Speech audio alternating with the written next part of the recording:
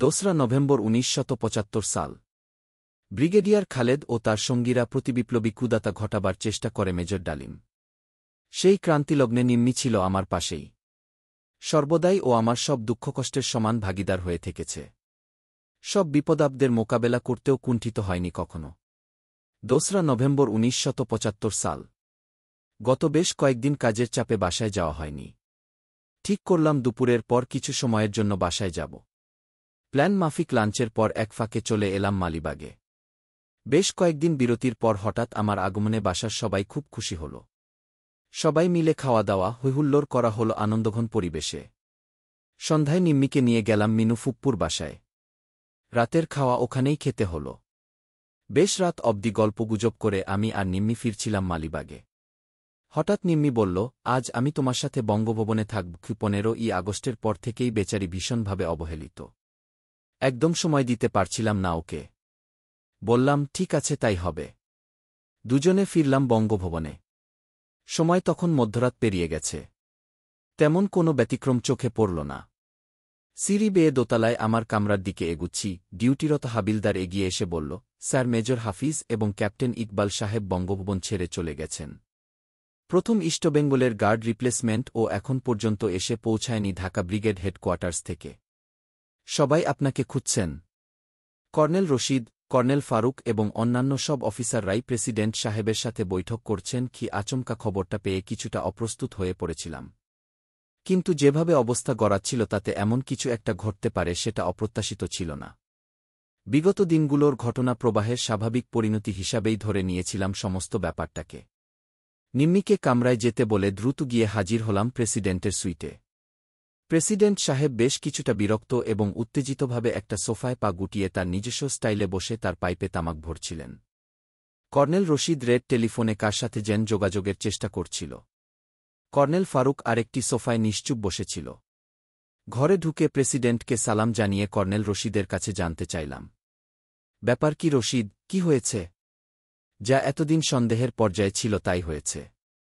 তোর দুই বন্ধু হাফিজ এবং ইকবাল প্রথম ইস্টবেঙ্গলের সব ট্রুপস উইথড্র করে নিয়ে গেছে বঙ্গভবন থেকে। প্রথমে সবাই মনে করেছিলাম এটা রাউজিন রিপ্লেসমেন্টের ব্যাপার।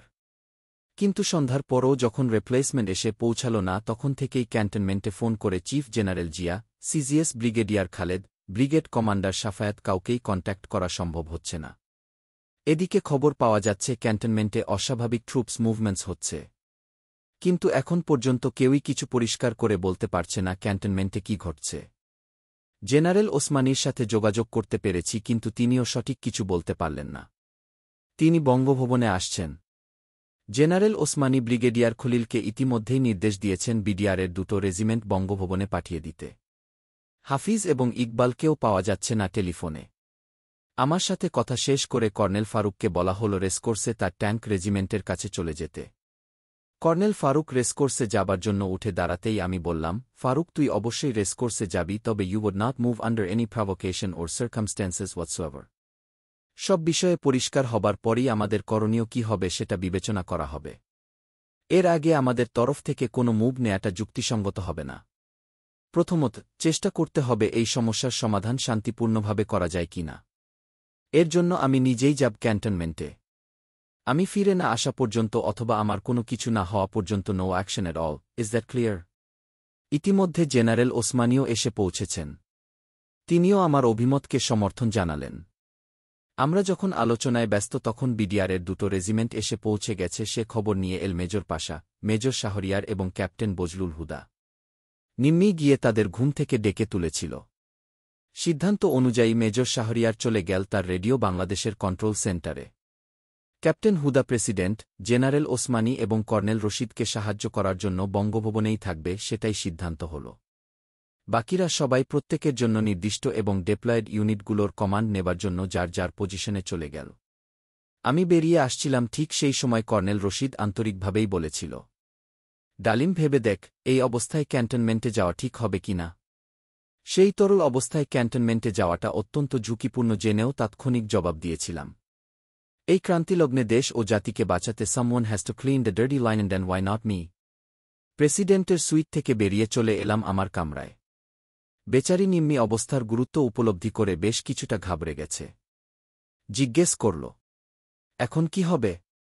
আমি বললাম, তুমি বঙ্গভবন ছেড়ে ড্রাইভারকে সঙ্গে নিয়ে কোনো নিরাপদ জায়গায় চলে যাও। ঠিক বুঝতে পারছি না ঘটনা কোনো দিকে মোড় নেয়। যাই হোক না কেন, বেঁচে থাকলে আবার দেখা হবে। ড্রাইভারকে ডাকিয়ে এনে নির্দেশ দিলাম, বেগম সাহেবের হুকুম মতো তার সাথেই থাকবে তুমি যতক্ষণ তিনি চান। নিম্মি কিছুক্ষণ ইতস্তত করে নিশি রাতে একা একা বেরিয়ে গেল একরাশ আশঙ্কা মনে নিয়ে অজানা ঠিকানার উদ্দেশ্যে। যাবার সময় অশ্রুসিক্ত চোখে ধরা গলায় শুধু বলে গেল, আল্লাহর হাতেই তোমাকে সোরপত করে দিয়ে গেলাম। সাবধানে থেকো। তথ্যসূত্রয়া দেখেছি, যা বুঝেছি, যা করেছি। লেখক মেজর ডালিম। বই পড়ুন, ইতিহাস জানুন, নিজের বিবেক জাগ্রত করুন।